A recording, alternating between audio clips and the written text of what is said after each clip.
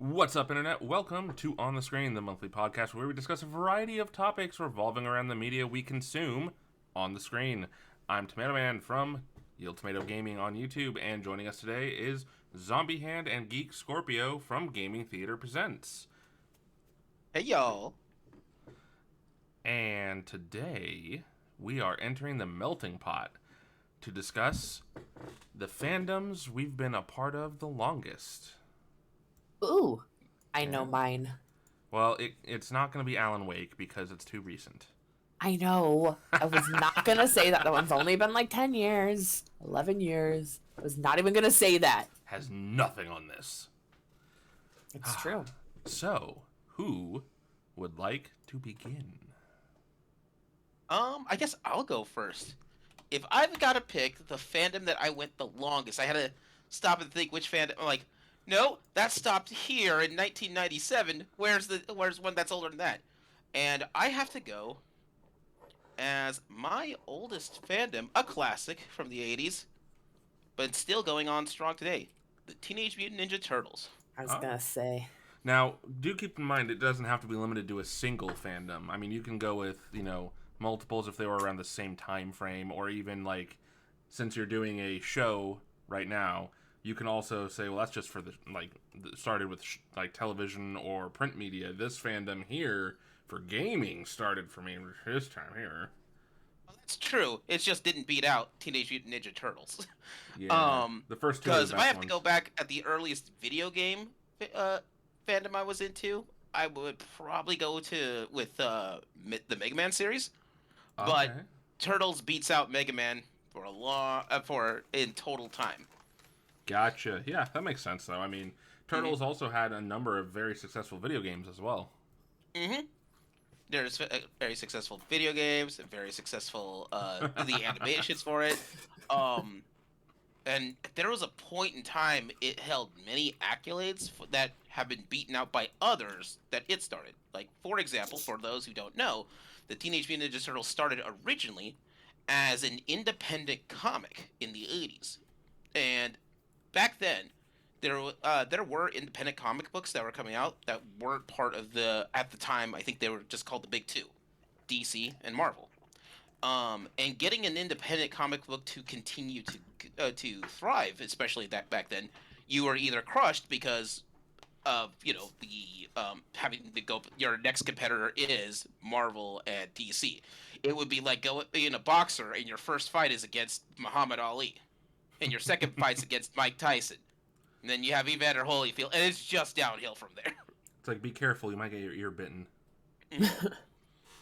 But they said something about my lisp. they went, but the Turtles has been going on pretty strong and pretty steadily. I believe the last things I've read up on it is one of the artists, except I can't the original artist. I think it's Laird, but it might be Eastman. Because there was created by the two guys, Right. by two guys. One's Laird and one's Eastman. For some reason, I can't remember their first names right off the top of my head. Yeah, there was a 10-year difference, too, I think, in age. Yeah.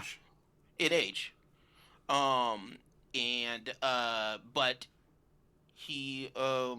when they created the comics, the original comics, they only actually created just a small set because it hit like gangbusters. It's just, I think within the first first year of the comic being printed, they were already being approached by toy companies, and toy companies in the 80s were given permission to, had a way. It's where a lot of the animated series came from as a way to push and market merchandising for toys. Yeah. And there was a point in time the 80s Teenage Mutant Ninja Turtles had the record for most episodes for an animated series ever. Wow. People keep forgetting that it started in the 80s. It didn't end in the 90s. It has something like 10, almost 11 seasons. And this is pre The Simpsons. Right. Well, Simpsons has, long since now taken that throne. Oh yeah. But yeah, no, that it definitely set a precedent by doing that. Mm-hmm. And it's in, like, with the image I showed there. It's the animated series has been remade and re-released each time. If you're ever wondering what my personal favorite of the animated series is on there, it's the 2012 animated series, mostly because it has a good blend of the 80s and the early 2000s Teenage Mutant Ninja Turtles. Is that the picture on the far right, or is that the 3D one? It's the middle right. It's the middle right, the one with Michelangelo with the orange background. Yeah. Ah, See, I actually liked the older two. I think the newest one's garbage. I don't have anything against the 2012 rendition, but the other ones were what I grew up with, so I have a stronger connection to them. Plus, some spoiler stuff I heard about the 3D one kind of, I was like, no, that's dumb. I don't agree with this. It's one of those, to each their own, and I Yeah. get it. Like, I grew up with, and I've seen every single episode of the '80s one, but I haven't seen yes. all of them from the early 2000s one. But the 2012 one happens to be my favorite, even though I started hanging out with the series way back when. And yeah, Yes. they've gotten the interesting thing about the series as a whole. They did for the 2000 series, they did a special episode at the end of it called Turtles Forever, which was an episode that they did. Yes, which it was they a did, crossover. it's a crossover from the 1980s Turtles with their original actors to the 2000 Turtles. I remember that one. Yeah, that was a good one. But that was actually one of the best episodes of Turtles I've seen. They did another crossover with the 2012 12 series, which I found is hilarious because Robert Paulson, who plays Donatello in the 2012 series, played the original Raphael in the original 80s series. So that's one gotta voice be a actor, trip. 2 characters. That's gotta be a trip. I hope he got paid by line. I think he did, but I know he's credited with both characters, and they even make a mention to it. How it's weird that we sound alike. I'm also curious though too if maybe it was he paid by line or was he paid by take? I don't know. I think most voice actors are usually paid by profession or by final take. I don't know if that's like how it's always been, obviously, but Yeah, it I think depends that's on how the it's contract usually and is. if you're a union or non-union worker. I know a little bit about that kind of stuff, but a lot of them too will do like if they're not. I'm Brandon and I'm smart. Oh, bite me. You I didn't know say that he if they didn't don't say maintain that. it as a constant true. profession, then they probably have a byline rate. But I think in a lot of cases they're probably done like a flat contractual rate based on when it's finished. But I'm not 100% on that one. Also, I kinda said it out of depends. love. Oh yeah, yeah. I said the bite me out of love too. Oh, good. Okay. At Yeah. least we're on the same page. But they did this. It sort of depends on if they're in the unionized and how their contract is written. Exactly. So, like in the '80s cartoons, it was per episode, so it was a flat rate for the episode itself. Yes. When when anime actually specifically started becoming big, I know that's about when the time frame when they started changing around how those contracts worked. Actually, not sorry, earlier than that, back in the '90s, was around the time with Batman the Animated Series. It was one of their deciding factors on how to write certain scripts because they may not be able to utilize the same voice actor for it. Mark Hamill may be busy with doing something else, so he can't be the Joker at this time. So we'll put this script in the back burner. Yeah, like this will be instead of being episode 92, it'll be episode 104. Some weird crap like that, just based on how they can rearrange schedules.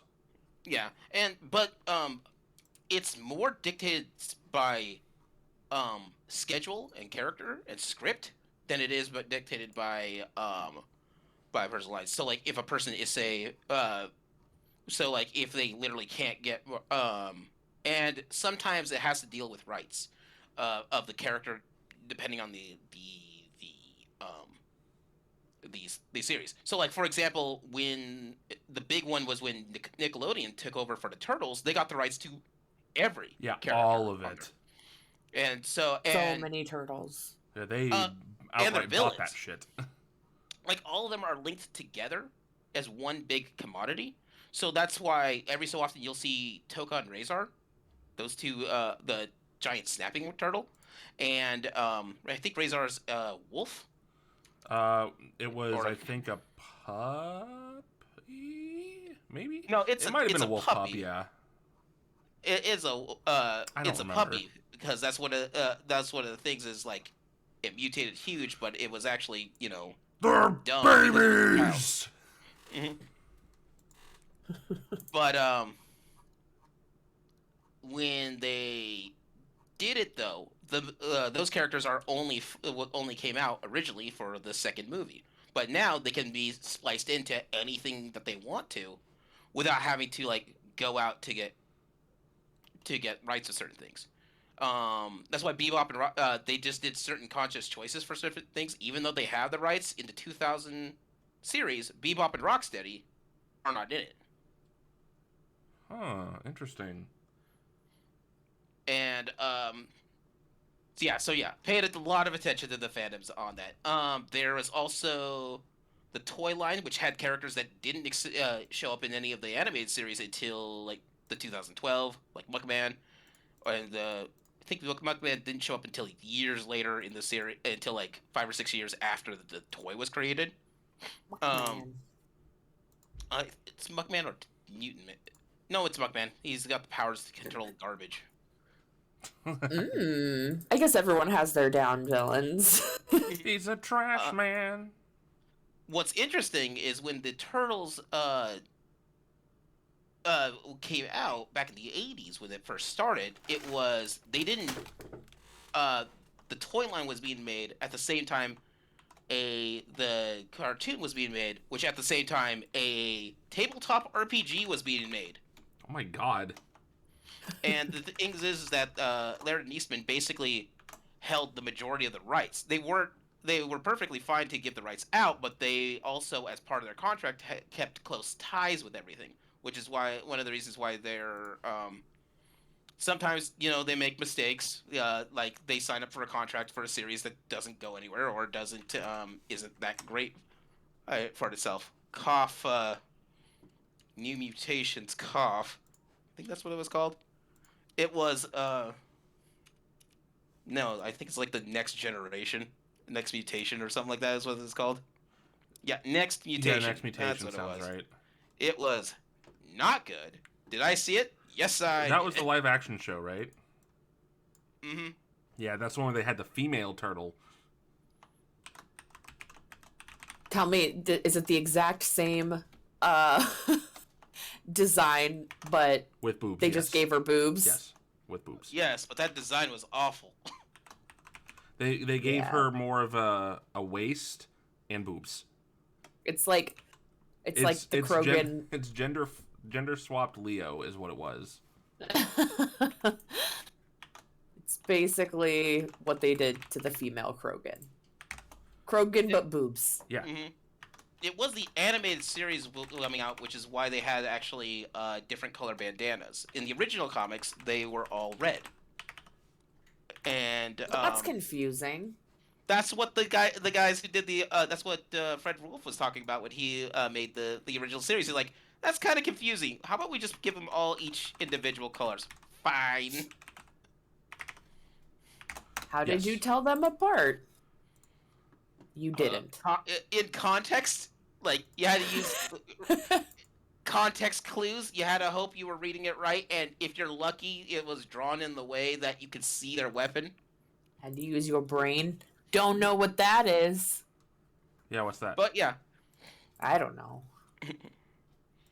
there were characters in the there's a polar bear that has a big leather jacket, but he only shows up in the video game and then gets added into one of the series later. So it's one of the most interesting things because every time new canon gets thrown in there, they just sort of add it to the pile, and the next one up can just keep using it.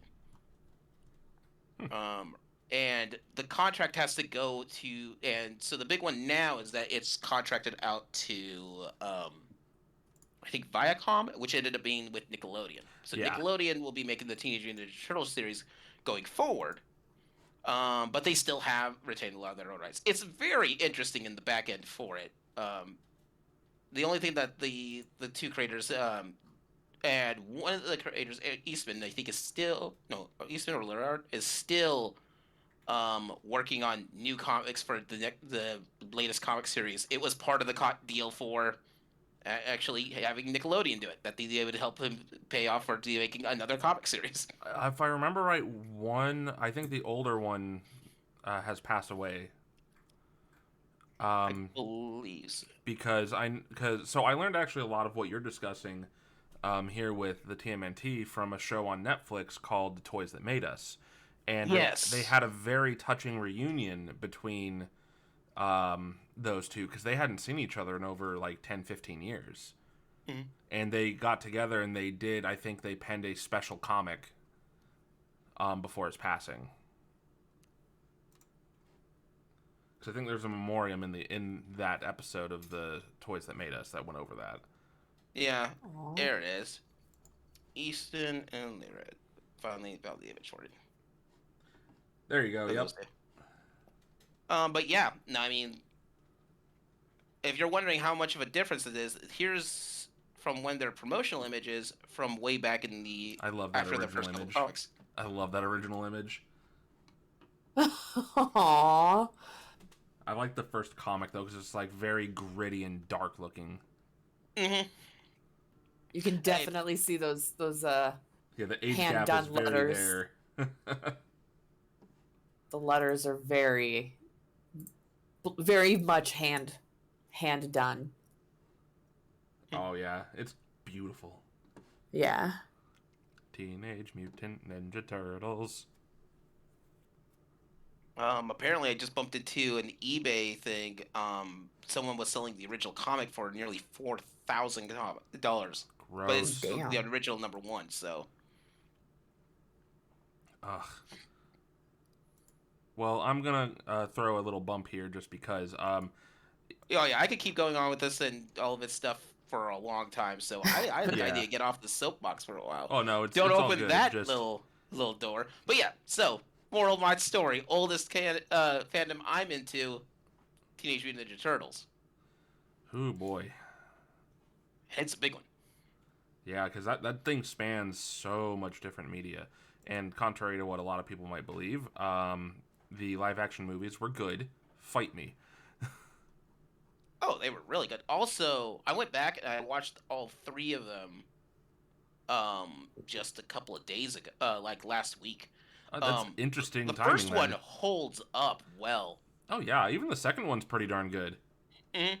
I especially They're not- love the opening though because you've got Donatello being like that, pretending to be one of those push-up, like always standing blow boxing toys.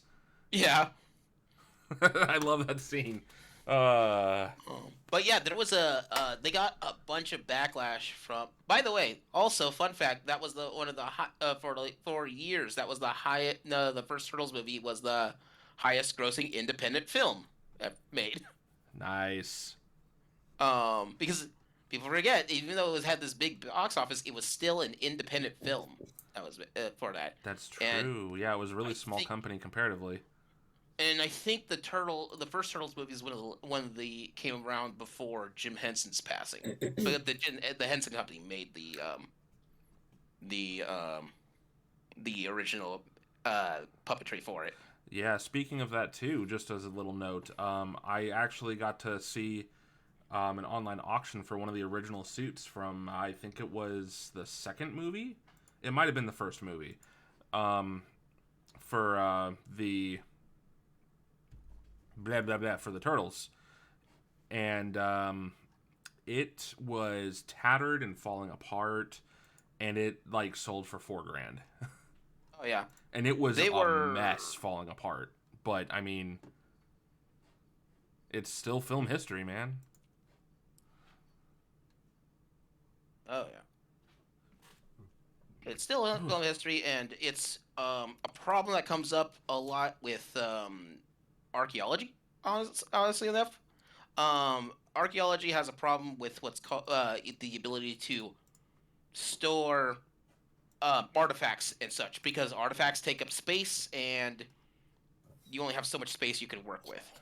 Right, yeah, and preservation, too. I mean, different materials need different conditions to properly stay well equipped, if you will. Mhm. So Yeah, sadly, Jim Henson died 2 months after the release of the TMNT movie. oof, well, it's never good when you don't get to actually see your own stuff happen. Oh, well, that was more for a contract work. Jim Henson's big thing has always been the Muppets. But yeah, that's true. Um, Muppets. and I think Brian Henson took over that company at that point as Mhm. well. Yes, I believe he did, and I think he was involved with the Happy Time Murders, which is a parody of that kind of stuff, but it was Jim Henson puppetry. A little too.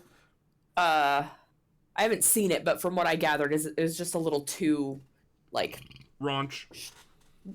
and not even like, oh, you just can't handle it, but like, it didn't let up to have room for anything else. I'm concerned that part of that might have been on the fault of Melissa McCarthy, because I know that she sometimes just like keeps going, like rolling with a joke even when it should probably end. So, who knows though? Who knows? How about you, Yeah. Liz? Well, my two longest ones, would be Star Wars. Used to, I mean, huge Star You're a Wars nerd. nerd. Yeah, from a very young age. So lots and lots of Star Wars for me. And in fact, A New Hope was the movie that I would watch when I stayed home sick from school. And yeah, so I don't know. I've just always really loved Star Wars. And even when I think like, you know, like when we're between movies or shows or whatever, I'm just like not in it. Sometimes I'll be like, maybe my like time as a Star Wars fan has run a course. I don't count the And new then- stuff. Huh? I don't count most of the new stuff for Well, Star Wars. It doesn't take much to get me interested again in it's like, I don't know, I'll watch The Mandalorian and just be like, shit, I really am still a Star Wars fan or whatever. Or even like the new movies, like hate them or love them, I still, like it doesn't, like I see a lightsaber and I'm like, hell yeah, It's like, I'm down. Yeah, it doesn't take much. But video game wise, the longest series the longest fandom that I have been in is Final Fantasy.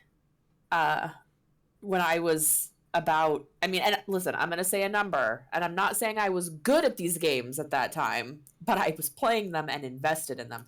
But when I was about 5 years old, I was playing Final Fantasy. Which Final Fantasy?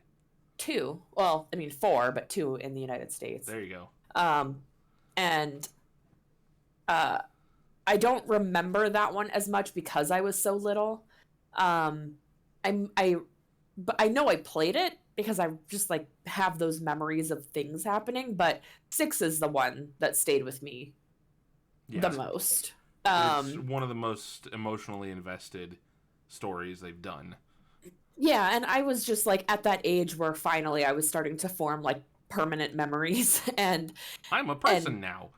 yeah, I'm a real person. I'm a And real that one. that was the that was the game that really got me into it. And yeah, Celeste was always she's my girl. I loved her. She's one of the first characters that I really like, I don't know, admired and thought that she was, tough and Did you relate strong to and her? Or did you crush on her? both. There you go. Good answer. Good answer. We do both. Yeah, but I Little just column A, little column B. I don't. It wasn't really.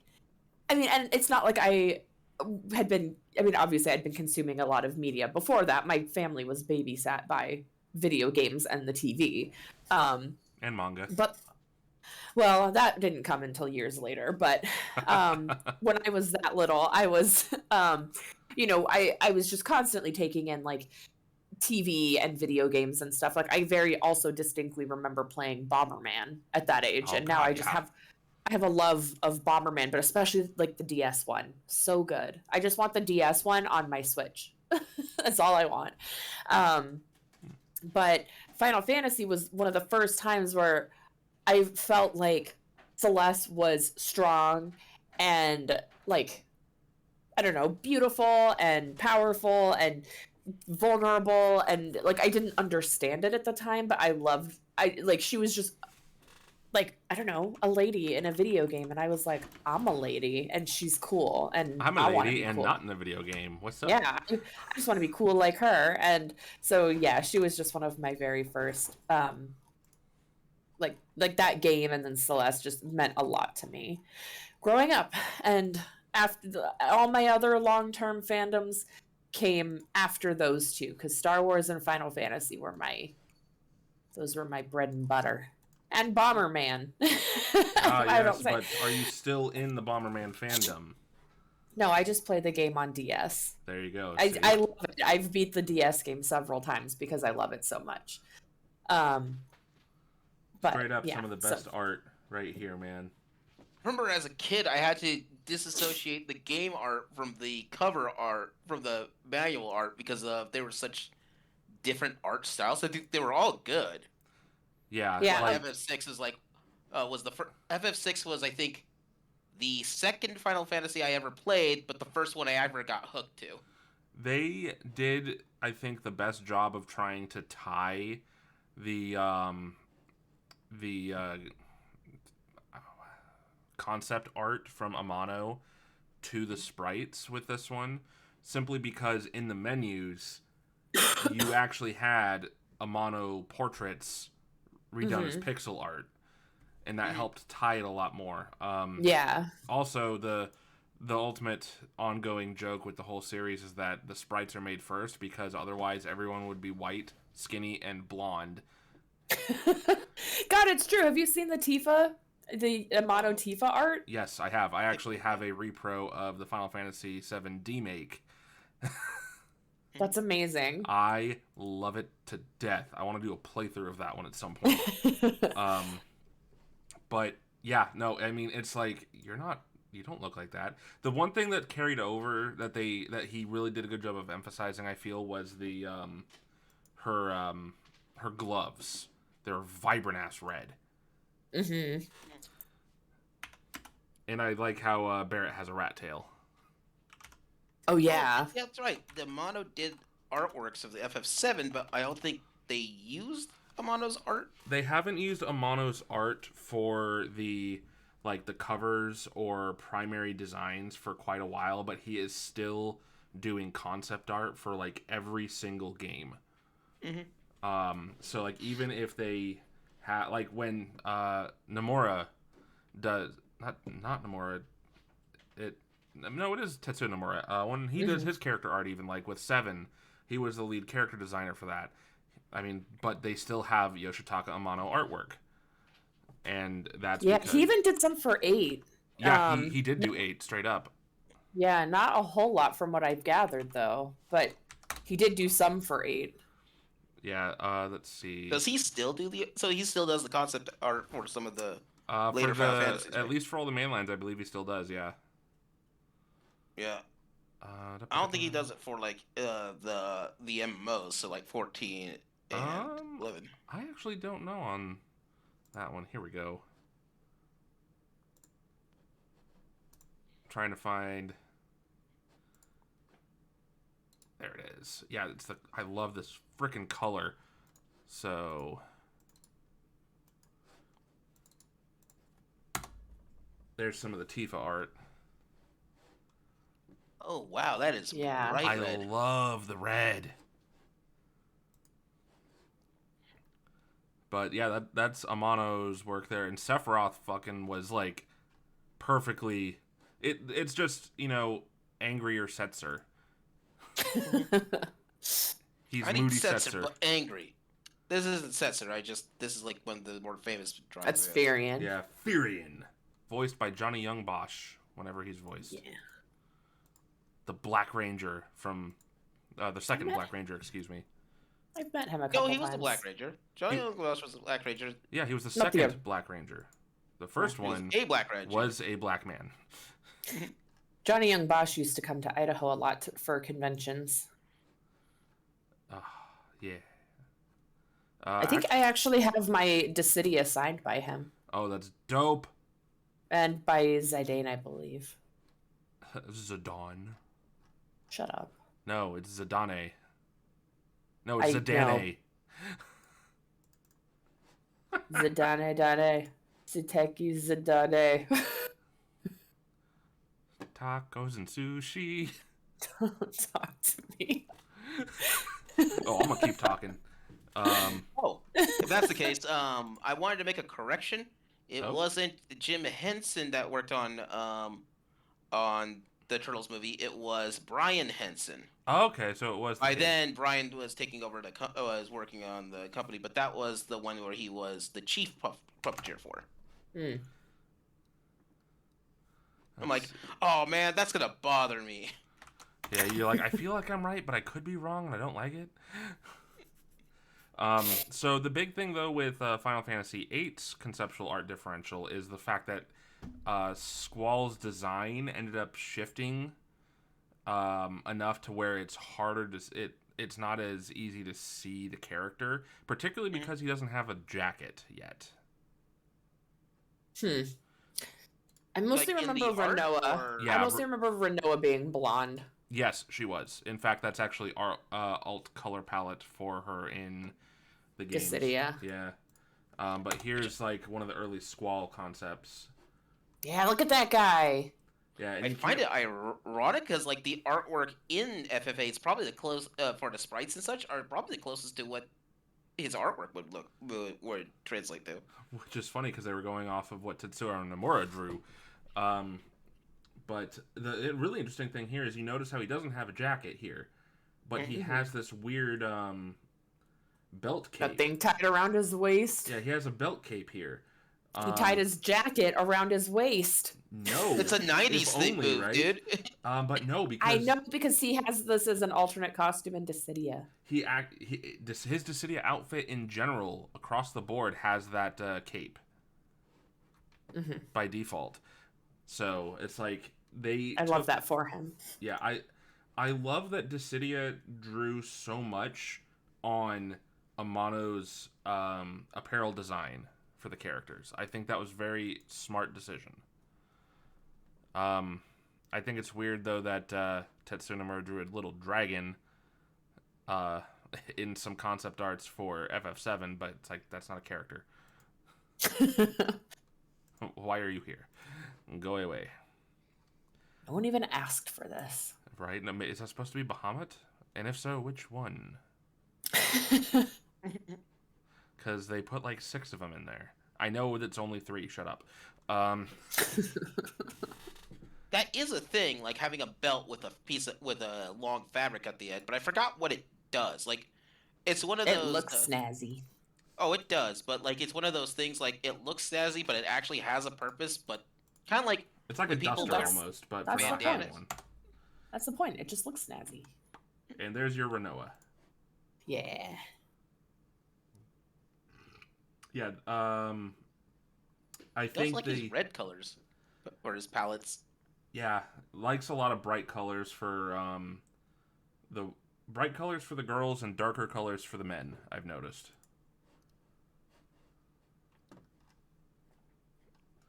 I know art things. I used the word palette. I'm not trying to say I'm smarter than you, but I am smarter than you. I'm not saying it. I'm kind of hanging along here with the Final Fantasy one though, because this actually happens to be one of the longer fandoms for myself as well. So. Okay, crossing over. Yeah, it is a bit of a crossover on this one, just because again, like, I wasn't 5, or well, no, I guess I was 5, but I'm younger than you, so. By how much? Not by a lot. I don't think. Trying to make me sound old. Yeah, you old granny fart. No. So you're older that's Leo? than him, but what? You're the granny fart? Leo, you went, no, as he said that. Yeah, you know what? I'm a very comfortable 29-year-old. Leo is older than me, so. That's fine. I Take mean, that, internet. Do math. figure out the math. I'm 31. Yeah, I said that state I was 29. I'm gonna stand by that for right now. Yeah, okay. You do that, buddy. You do you. I did, Even if doing you is wrong, do it. but it feels so right. Like, I have no qualms about age. I mean, one of the people at my, You are not the oldest, Jackie. Shut up. As far as the internet knows, yes. That doesn't make you the oldest. Leo's older than that, and I'm older than that. Yeah, so shut Look, up. I'm trying to convince the internet of a thing, okay? Not helping my case. Leo, you are the ripe young age of 73. Oh wow. Not helping my case, is what I said. He's a little bit older than that. In 1906, Leo was 107. Leo doesn't age. It's true. Neither does Keanu. We have that in common. But I moisturize. That man is delicious. He is. Anyway. But he's not a Hugh Jackman type, so... Yes, thank you, Jackie, for your... It Leo. Leo. Not with that tie. I'm gonna be caught dead with frickin' stripes. Polka dots all the way. I like stripes, but not that color. Oh my god. Oh. I get it. So, I believe the Tomato Man hasn't gone yet. He did. He was hanging on to Final Fantasy because that's one of his. One of them. It's kind of a nice segue, and then we'll circle back around here. Because, yeah, for me, I think, what was it? I didn't have a solid grasp on reading until the second grade, but... Ooh, we've talked about this. Yes, we have. So I'm not going to go further into that one, but my first interaction was actually with, like... Until... What? Never mind. I'm not going to... Shut up, Jackie. Sitting over there typing, tippity-tapping. I was Final Fantasy IV. I was able to like read the basic commands in simple words, but I had really big issues with sentence structure, stuff like that. So it took me a while to pick up on things, but I really enjoyed the active time battle system, the turn-based combat, and all that. And then as we go down the road, and I actually didn't even experience that. I didn't own the game; it was a friend's game.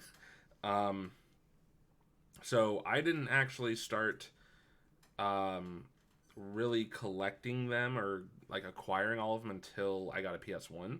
So I was about 7 at the time, and that was also when Final Fantasy VII came out. So that was when I started actually getting way into it and started getting all of them. So like 4 to 7 for about 3 years, I was a casual interest when I would like play at a friend's house. And then once I got my own PlayStation, it was like I am all over this, like white on rice or brown on rice, depending on your preference of rice. And... Yellow on bananas. Yeah. Yes, and then whatever color on whatever type of carrots, whatever potato, I don't care. Potato, padildo. Final Fantasy was my jam. A padildo? Yeah, potato, padildo, whatever. I don't know what you do in your spare time, but yikes. Bad Dragon. We are not bringing potatoes to this venture. I don't do Bad Dragon. It's an in-joke with an old man carrying a Bad Dragon bag into a restaurant and then realizing it after everyone gave him a weird look. Anyway, change the subject. Yes, back to where we were. Hush, Jackie. No one is speaking to you. Ouch. I'm talking to you, Jackie. Oh, snap. Sort of. Texting you.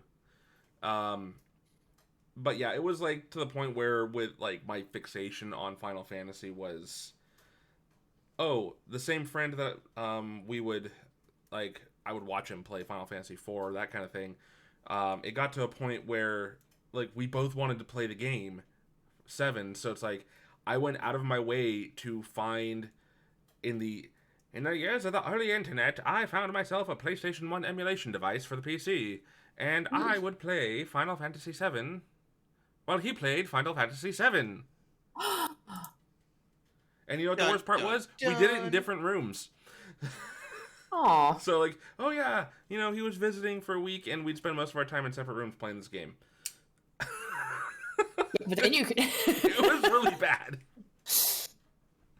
But It's like almost a LAN party with no LAN, just a party, yeah, and not It's even half a really a LAN party. it was a party of one at this desk, and then at this TV, and Not even really a party. It was just two people playing Final Fantasy in the same apartment. it was, it was a house. I'll have you know. Two people playing Final Fantasy in the same house. There you go. Yes. I was a child. I didn't. Sounds I really wasn't good to always- me. It worked. My mother kind of gave me grief about it. You know, I was like 7, 8 years old, and she's like, "What are you doing?" It's like, you have your friend here. He's visiting for a week. Why are you Learning- in here? Learning to read, Mom. Yeah, that was my thing. I learned to read, and that's why I wouldn't go away from the game. Mind your own business. Yeah, but in a similar vein, in terms of longest, I also would associate it with Resident Evil. I've also told that story. Resident Evil, you've been in there for longer, but Final Fantasy predates that Resident Evil. Just a hair, yeah. Because I rented. I talked my mom into letting me rent Resident Evil 2. After when I got a PlayStation, I believe my line I tried to use was, since I was a dumb child. Oh, they're not people you're shooting, Mom. They're zombies, so you're doing God's work. Aww. Yeah. I don't know how it worked, but it did. Rented it, had a nightmare that night, and I was hooked from that That's moment your problem. forward. You should have gone with Doom. Doom would have made sense. That one, you're doing the Lord's work on that. I'm doing the Lord's work. I'm killing The only demon. reason I didn't put Resident Evil on mine is because I am older than you, and so me at 5 years old was like 1992.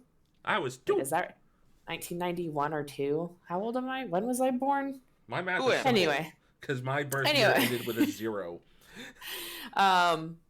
Yeah, so but Resident Evil wasn't until 1997 for me. Yeah, that's fair. So Because the first one, I think, came out. Oh crap! I'm doing math here. The first game takes place a year after the year it was released. 1986. Sure, I don't remember. it takes place in 1998, but I think it came out in 96. And so Maybe that's it. Yeah, I don't remember. yeah, that, so the we detail got on that it, that well. I believe, in 1997, literally 2 weeks after my birthday, because it was for Christmas. And yeah, so then that one and Silent Hill kind of hit around the same time. Silent Hill gave me nightmares, though. All kinds of weird mind fucks. Oh my god, Lisa bleeding out of her face. I didn't understand the context because my dad would play it after I went to bed most nights, and so there were a few times when I would catch it, and I didn't I played the first part of it with my sister, but then we told my dad to play it, but he would play it mostly after I'd already gone to bed, and I woke up in the middle of the night, was going to get like a glass of water or something. And I ended up staying up and watching him play for a little bit because he didn't care. He wasn't playing after I went to bed out of respect. He was doing it because that was when the house was quiet. Like, shut up! I'm staring at a screen. Yeah, so I ended up watching that scene with Lisa, and then going back to bed, and just had nightmares, and like Silent Hill messed with me. And then when I got back into it, I was like, all right, I barely have nightmares anymore. And when I do, they're all like about real life things and not like scary video game shit. Oh no, I missed a mortgage payment. No, mine are about like hitmen trying to kill my family. How is that a realistic thing? Hold on a because- second. What do I not know here? How is that an adult real life problem? I feel like that's just a little more grounded in reality than like some creepy, alternate universe where creepy shit happens. I'm just saying, when I'm up late and you see me and want to send a message to me, there's some reasons why I'm still up. Or like, is it because like you're burning shit in the backyard so that way no one can tie it to you? Hey, I mean, what the hell? Hey. Or like there was the one dream I had where I own my house. It was thank you, which means I'll burn it if I want to. I don't remember so in my dream I was going to a college campus even though I hadn't been to college in years. And at this college we were all taken captive at the college campus and being forced into a cult. Did you drink the Kool-Aid? No, I was trying not to die. I was trying to like get my phone to get a signal so I could convince somebody to come pick us up. I'm like, I couldn't get a signal on my phone, so. Yeah. But anyway, yeah, I don't have dreams about like monsters anymore. They're all like, it's all weird shit like that. Oh, because yeah, monsters isn't weird shit. Well, I mean, like, it's not dreams it's about. It's weird shit out of context, is what it is. Yeah, like I don't dream about like zombies anymore. I mean, I thought about. Oh, go ahead. Oh, I was gonna say I do sometimes dream about video games. Like one time I played BioShock all day for my aunt because she wanted to see the ending or she wanted to see the whole game before I ended up having to go home. And so I played like 3 hours of BioShock one day and then like 8 hours of it the next day. And then that night I had a dream that I was in a Big Daddy suit and wandering around trying to follow the little sister that I was assigned to or whatever. But she kept like going off of my mini HUD map. And so I was like, Come back here, you little shit. I would like wake up and be like, you can't go over there. Stop it. And I would just go back into the dream and it would just pick up where it left off. And some of the most restless sleep I've ever gotten was me dreaming about that. And I also dreamt about the world ends with you, but not being able to win at a battle because the battle system was so new on the DS. Well, yeah, and you probably didn't have the right pins. No, I was doing so much damage, but the enemies would never die. It was just never ending. Anyway, that was a little bit of a derail, but yeah, Silent Hill and Resident Evil come just like a smidge after Star Wars, and well, probably like years and years after Star Wars and Final Fantasy, but not by many. Like, I just figured out what the oldest fandom I ever got to expose to, and it is such a weird roundabout way to do that. It's confusing. Is it Hakuto no Ken? It is an anime. It's Speed Racer. No. Oh! Express 999. Nope. Cyborg 009. But no. Gundam. Oh, you know what? Astro Boy. Nope. Captain Harlock. Metropolis. Nope. Akira. Akira's 90s though. Akira's 90s. Too far. Wait. Remember, this means I got exposed to it before the Turtles. Teenage Mutant Ninja Turtles. Hey, see, we circled back around. Sailor Moon. Wait, that's also 90s. Yeah. Fighting evil by moonlight. Winning love by daylight. All right, Leo, just tell us. From a real fight. All right. So with this, it would be Lupin the Third, and the roundabout way was this. Okay. So Lupin's good. Lupin is good. Here's the thing on this. Okay, I was probably like 5, almost 5 years old or so, and this is important to the story because my mom is from Brazil and my dad's from Mexico, but my mom convinced my dad to not teach us Spanish. Okay, so I didn't learn Spanish, anything in Spanish until I ended up having to learn it independently and kind of poorly for like years later. But here's the thing. So what people don't so my grandmother for somehow, and I don't, we stopped questioning stuff that my grandmother did years and years ago. If you're wondering why when we stopped questioning, let me explain. Let me go to the end. She died. We found out 2 months later we buried her in the wrong plot because of her instructions. Hold on, wait, hold on. Whoa, what? And this is the casual conversation my dad has at another funeral with me. I go, "Hey, Dad, how goes it? How goes it?" And he goes, "Oh, not too bad." And I go, "Yeah, this isn't as fun as the last funeral we were in. Yeah, her funeral was an amazing party."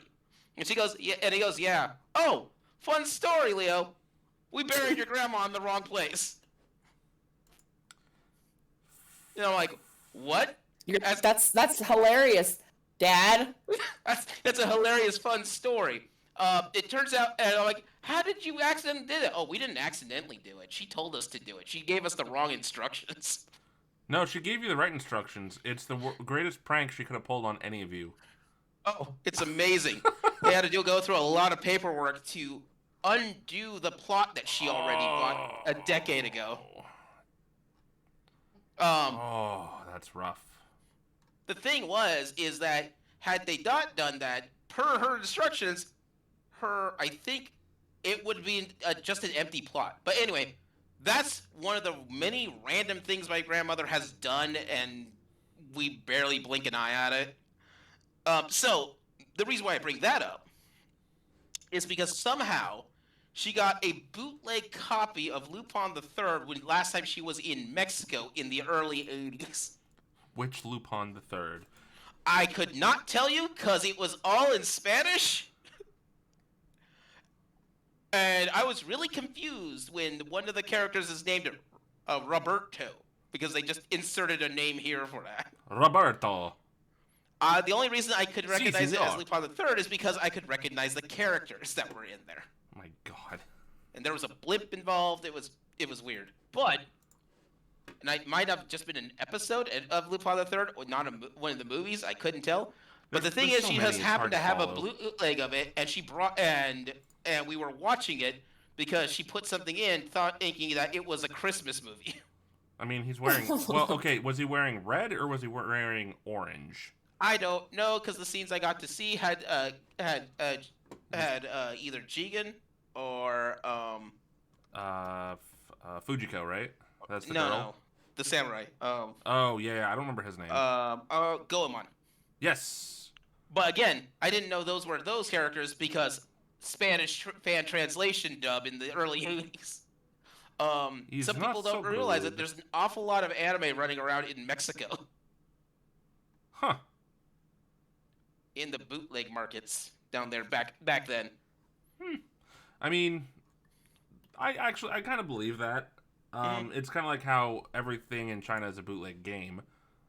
Or how there's a lot of animes first appeared in England, because of how their censorship and trade systems were working out. That's true. Yeah. And yes, I do know I know the sad history of Astro Boy, because Astro Boy is legally owned by, I think, NBC. Yeah, And because of how storage systems were worked back then in the early 70s, late 60s, even though it's the first anime that came up to the United States, they when their rights were done, they gave it back, and the Japanese production company was like, "We can't take it back. You own all the rights. Do with it what you would normally do with other things at the time." And so they would, if it wasn't profitable and they couldn't keep it, and they didn't want us to pay to get it stored, they would destroy it. Ugh. That's one of the things why I love the fact that there is like forms of preservation for media like that.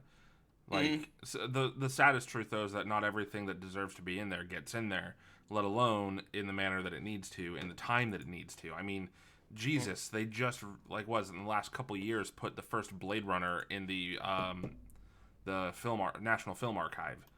Right. It's like, that's a 30-year-old movie and it wasn't already fucking in there.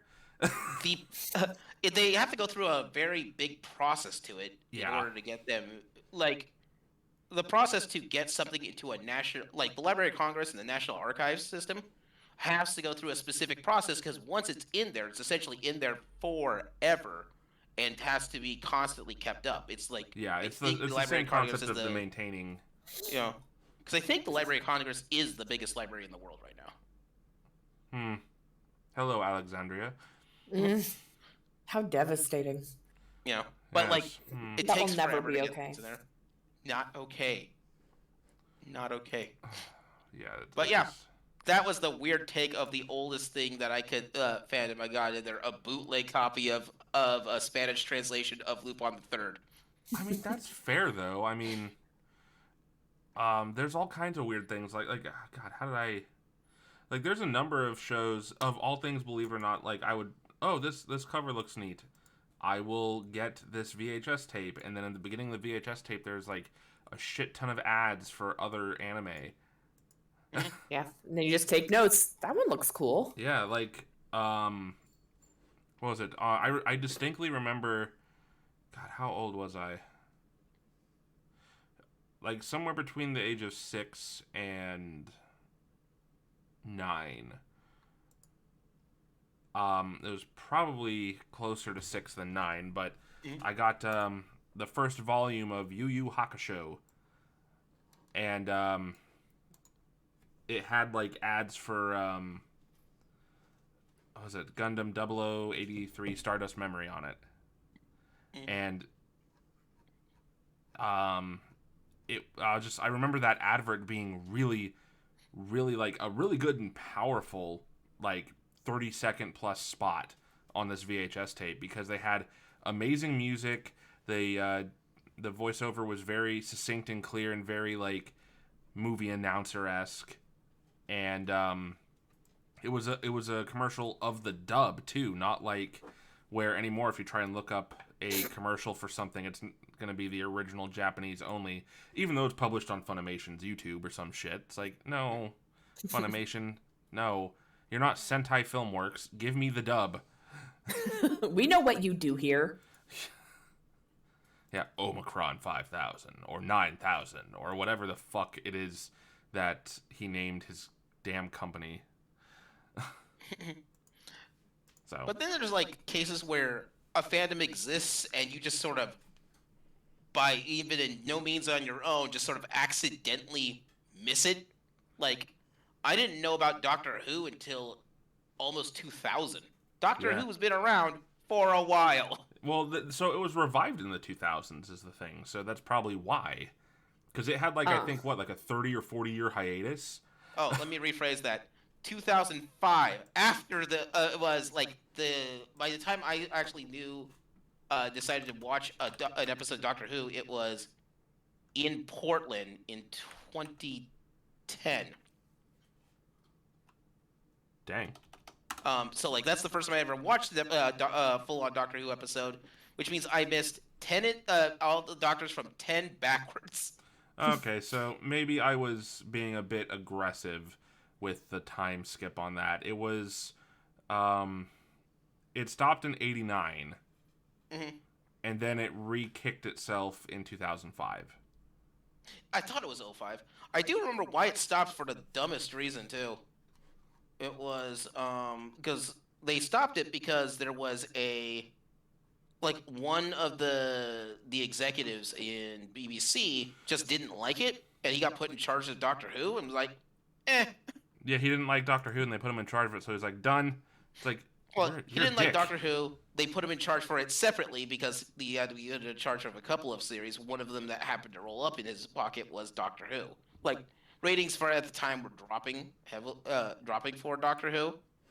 But then he decided to just pull the plug and end the series because of it. Yeah, instead of, trying to, breathe some life into it and keep it going, change it to maybe match your tastes. Captain, I'm in charge. Yep, but nope, not gonna do it. But like Doctor Who's one of those series that you could see it just in its design, it could go on forever and it would be perfectly fine. Yeah, well, because of the way it's built, I mean, it can just keep going.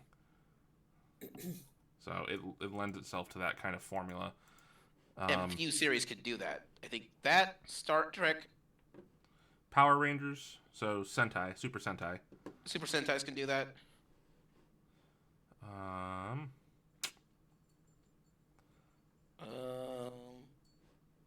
But yeah. I'm dead on that one. Oh, and Jackie's so confused. It's a very, very few things that can just keep going and rearrange its own characters fun like that. Yeah. But yeah, I think that's it as far as the oldest fandoms and such that I know of and been associated with. Very nice. Does Liz have any others? No, I'm just the biggest Bomberman fan here. Oh my god. Whatever, you don't even have Bomberman 64 and 2/3. I played the Bomberman in the arcade when it was called Atomic Plunk, so I didn't know it was Leo. called. Oh my god, Leo, stop sharing how you're fucking ageless and ancient and the true origin chosen. We get it, you're old, Leo. God. Whatever, Keanu Reeves' cousin, god. Can you introduce me? Yeah, please. I mean, he's no Hugh Jackman, but I'll take it. You know what? Not with that attitude. You go simp on Hugh Jackman. I'm just gonna go hang with Keanu. I'll do it. I told my wife this. It's like, you know what? If Hugh Jackman came out to me and said, I want you to do a thing, I'd just say, okay. I wouldn't really care what it is. Like, you got it. And my wife just turns her head. She's like, yeah, I mean, that's fair. It's Hugh Jackman. Yeah. No one would blame you. No, nobody would blame me. No. I'd blame myself. My for wife's one typing. thing. She gave me a look, and now she's typing. Because, like, if What's the stipulation? It doesn't have to be a stipulation. If Hugh Jackman wants me to do something, I'll fucking do it. I don't care. Is the stipulation that Jackie has to be involved?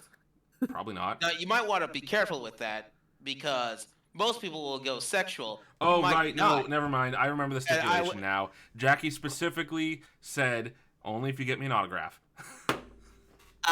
That's like all she said. It's like, okay, that's fine. Whatever. I'll ask, but no promises. I would like this situation to go Esther, down. you It's be like, nice to her. so, I need you to do something. Starts unzipping his pants. I meant go build me a house from the ground up. Get the foundation going. Oh. Me and Consider it done. I don't care. I'll do it. me and my friend Liz have. Oh my god! I have feedback. I can hear myself. I'm sorry. I hate it. How about now? Yeah. I can hear feedback for Leo too. How about now? No. Okay, perfect. So, so Liz and I, my friend Liz and I have, a pact where, and it is sexual, despite me being asexual.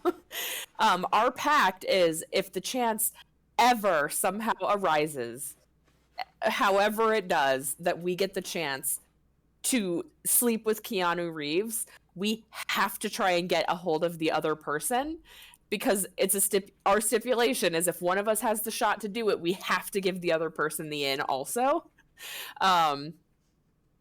And so, yeah, that's mine and Liz's thing is we will do our damnedest to get in touch with the other person and both of us will be with him.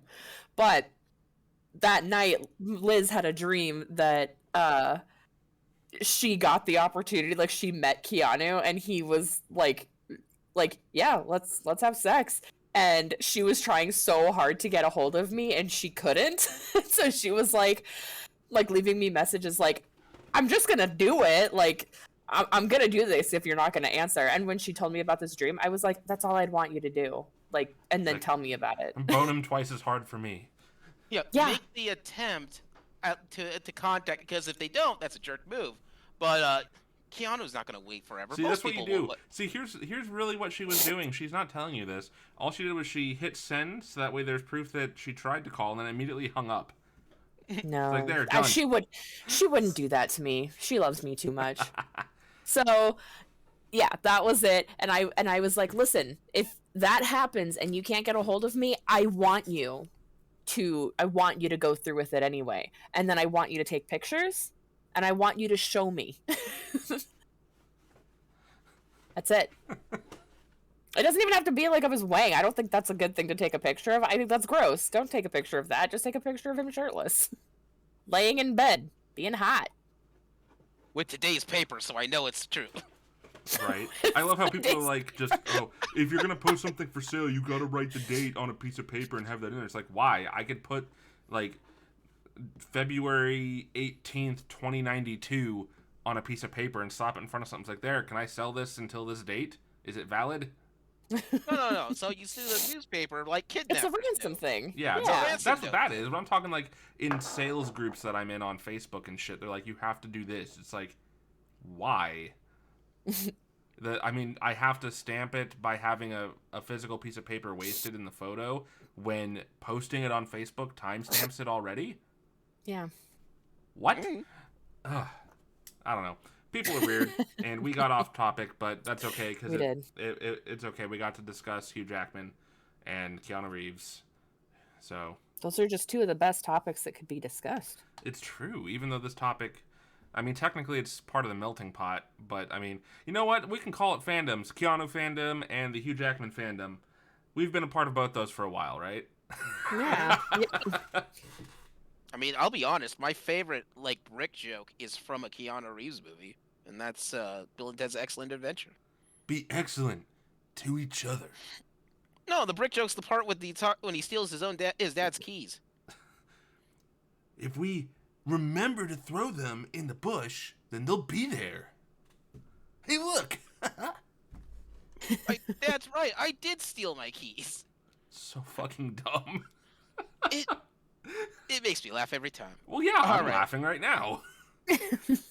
I think we've topped this topic out. Yeah, I think we're good on fandoms. I mean, obviously, there's more fandoms we have been and are a part of currently. But I mean, these are just some of the ones that we've been infatuated with the longest. It's true. Oh, if we went through a list of all of the fandoms, this would be a 2.5, 3 hour show, and that's probably just Liz. I was gonna say that's it.